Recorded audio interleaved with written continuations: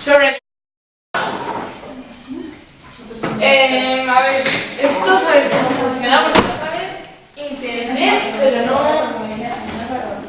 A ver, acabas de entrar y no llevas bata.